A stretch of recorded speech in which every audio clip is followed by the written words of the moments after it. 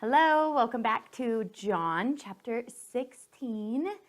In this chapter, we see Jesus talking to his disciples, telling them that he is going away, but it's actually for their advantage because the Holy Spirit's going to come and dwell inside of them, which is a much greater thing than even having Jesus, God in flesh, right there with them. And then he explains that it's going to be super hard and they're going to go through a lot of difficult things, but in the end, there's going to be great joy. So some things that stood out to me, or some things about God's heart and character, is that he wants us to know him, that he knows our hearts and he responds to our desires. He gives us what we need in order to keep us from stumbling.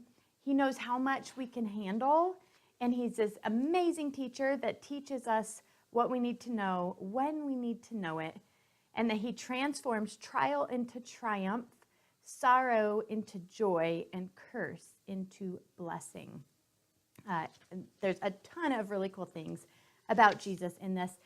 So some principles that stood out is that we will have sorrow. We will.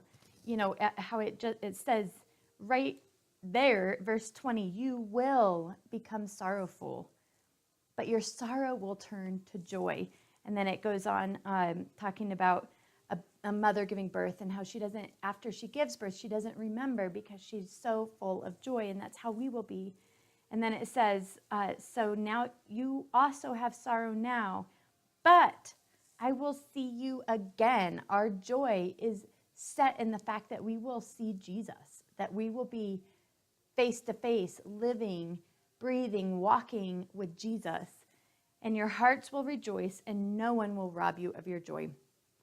So in the end, we will be full of joy that can't be robbed. Another principle is that God uses the Holy Spirit inside of his people to bring conviction of sin. And that sometimes, it's easy to think the Holy Spirit, when we want the Holy Spirit to move or to work in someone's life, like it's easy to think that he is like a ghost or something floating around, like, working in people. But the Holy Spirit is inside of us, and we are the vessels that God uses to convict the world of sin and righteousness and judgment, and that he uses us to draw lost people who don't know Jesus into a relationship with him, because they can acknowledge their sin and say, oh man, I am guilty before the living God and I need forgiveness.